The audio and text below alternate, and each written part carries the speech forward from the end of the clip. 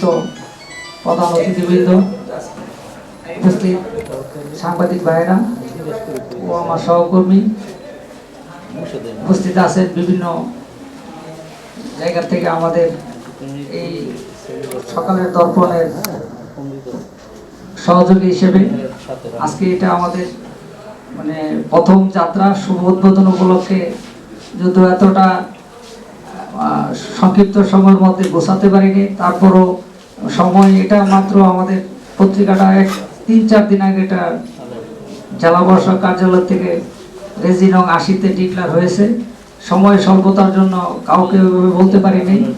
তো আমাদের আজকে যে স্যাররা এখানে আছেন, আমি আপনাদের কাছে কৃতজ্ঞ। আপনারা মূল্যবান সময় এখানে আজকে আমাদের মাঝে উপস্থিত দিয়েছেন, এজন্য আপনাদের কাছে কৃতজ্ঞ। আমি আপনাদেরকে এটা বলে বোঝাতে পারবো না যে কতটা আমি অত্যন্ত খুশি হয়েছি। তো আপনাদের মাধ্যমে আমাদের এই শুভ সূচনা আজকে এখানে অনুষ্ঠিত হবে। আমি এক এক করে স্যারদের নামগুলো বলছি। উপস্থিত আছেন মাননীয় প্রধানমন্ত্রী দেশনেত্রী বেগম খালেদা জিয়া। আচ্ছা, তাহলে একটু সাবেক উপাচার্য। আচ্ছা, খালেদা শাহ আলম ভাই যেভাবে নতুন ভাবে পরিচালনা করার জন্য কার্যক্রম হাতে নিয়েছেন, আসলে এককভাবে পৃথিবীর কোনো কিছুই সম্ভব নয়। তার পাশে তাকে সহযোগিতা করার জন্য আমরা আজকে যারা উপস্থিত হয়েছি, আসলে কে কোত্থেকে কিভাবে কার সহযোগিতা কিভাবে কাজে আসবে এটা কিন্তু বলাই বাহুল্য।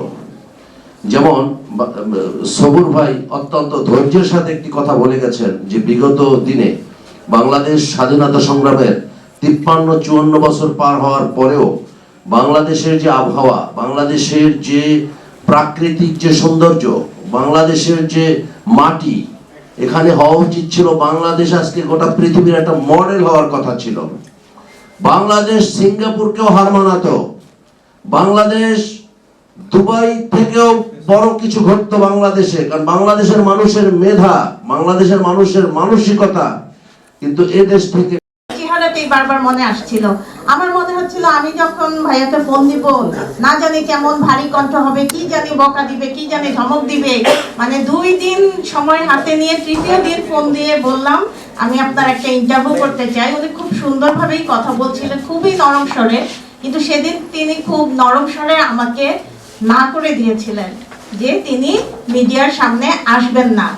অবশেষে মিডিয়ার সামনে কিভাবে এলেন সেই গল্পটা পরে বলবো, কিন্তু তিনি যদি সামনে না আসতেন আজকে হয়তো আমরা সেই সময় থেকে শুরু করে এই দৈনিক সকালের দর্পণ পর্যন্ত পৌঁছাতে পারতাম না। এই দৈনিক সকালের দর্পণের সত্য প্রকাশ, সঠিক তথ্য নিয়ে আমরা সামনে এগিয়ে যাব এবং সঙ্গে থাকবে আমাদের নবাবজাদা আলী আব্বাসউদ্দৌলা আরেফ ভাই। তো সেই সত্য নির্ভীক সকল সংবাদ প্রচার সবকিছু নিয়ে এখন আমরা কথা শুনবো গণ অধিকার পরিষদ নেতা তানভীর ইউসুফ ভাইয়ের। একটা সংবর্ধনা সম্মাননা দিয়েছেন, এটা আমি আজীবন মনে রাখবো। উনি আমার পাশে ছিলেন, ভবিষ্যতেও থাকবেন এবং দেশ জাতির জন্য কিছু আমরা নতুন কিছু উপহার দিব। দোয়া রাখবেন আমাদের জন্য। আসসালামু আলাইকুম। আমাদের মাঝে যিনি উপস্থাপনা করছিলেন তরুণ প্রজন্মের সাংবাদিক, জনপ্রিয় সাংবাদিক ফারহানা হক নীলা। উনি নবাব সিরাজউদ্দৌলার এবং নবাব প্রজন্মকে নিয়ে অনেক কাজ করেছেন এবং ভবিষ্যতে আরও করবেন ব্যতিক্রমধর্মী কাজ। তো ওনাকে এর আগেও সিরাজউদ্দৌলা সম্মাননা দেওয়া হয়েছিল 2018 সালে ঢাকা ইউনিভার্সিটিতে। শেখ স্বাধীন সাহেব যে নবাবের জন্মবার্ষিকী অনুষ্ঠান করেছিলেন। আজকে দৈনিক সকালের দর্পণের পক্ষ থেকে মোহাম্মদ শাহ আলম সাহেব যিনি প্রকাশক, উনি ওনাকে সম্মানিত করছেন নবাব সিরাজউদ্দৌলা স্মারকে। আমাদের সকলের প্রিয় সাংবাদিক ফারহানা হক নীলা। এখন সম্মাননা প্রদান করা হচ্ছে যে আজকের অনুষ্ঠানের অন্যতম আকর্ষণ এবং আমাদের নবাব সিরাজউদ্দৌলা নবাব প্রজন্ম সৈয়দ গোলাম আব্বাস আরেফ ওরফে নওজোদা আলী আব্বাস।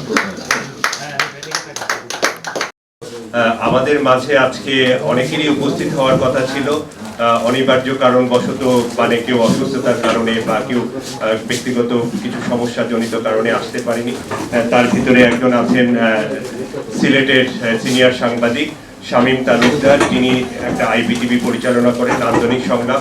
এই নান্দনিক সংলাপ বরাবর সিরাজউদ্দৌলা পরিবার নবাব প্রজন্মকে কাভারেজ করে এবং আমার আব্বার মৃত্যুর সংবাদটা তারা প্রচার করেছিল গুরুত্ব সহকারে। তো শামীম তালুকদার সাহেবের ক্রেজটা জনাব শাহ আলম সাহেব আমাকে বুঝিয়ে দিচ্ছেন, এটা আমি ওনার পক্ষ থেকে নিচ্ছি এবং ওনাকে আমি বুঝিয়ে দিব। ধন্যবাদ। উপস্থিত হওয়ার কথা ছিল জননন্দিত জননেতা জনাব অলিউর রহমান চৌধুরী বকুল। উনি নবাব প্রজন্মকে ভালোবেসে একাধিকবার সিলেট বিভাগে অনেক বড় রকম প্রোগ্রাম করেছেন এবং ঘন ঘন উনি আমাকে নেন, সব প্রোগ্রামে আসতে পারি না। তো ওনার আজকে আসার কথা ছিল, যে কোনো কারণবশত উনি আসতে পারেননি।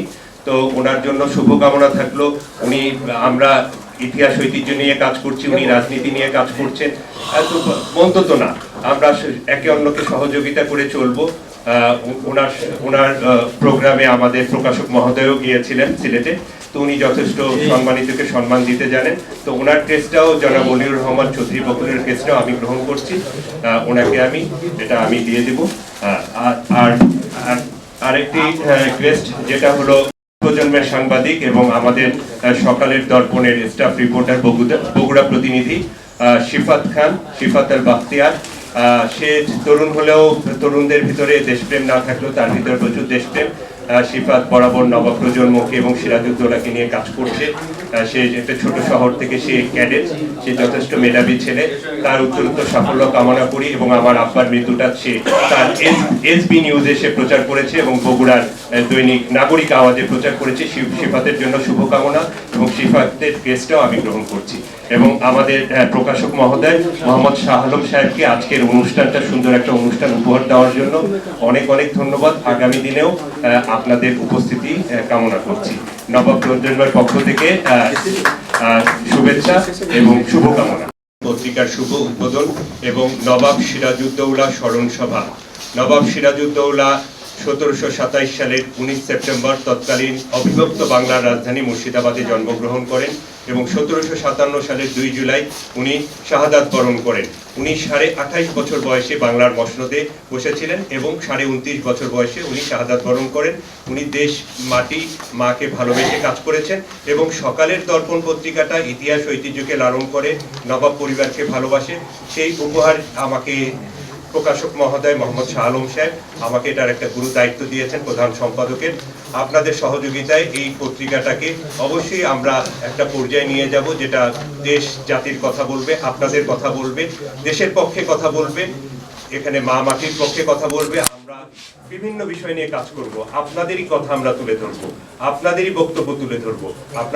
আপনারা আমাদের পাশে থাকবেন, দোয়া রাখবেন যাতে মানে এই পত্রিকাটা মানে একটা বাংলাদেশের প্রথম শ্রেণীর পত্রিকা প্রথম পর্যায়ে যাতে চলে আসে এবং আপনাদের দোয়া থাকলে ইনশাআল্লাহ আমরা সফল হব। ধন্যবাদ।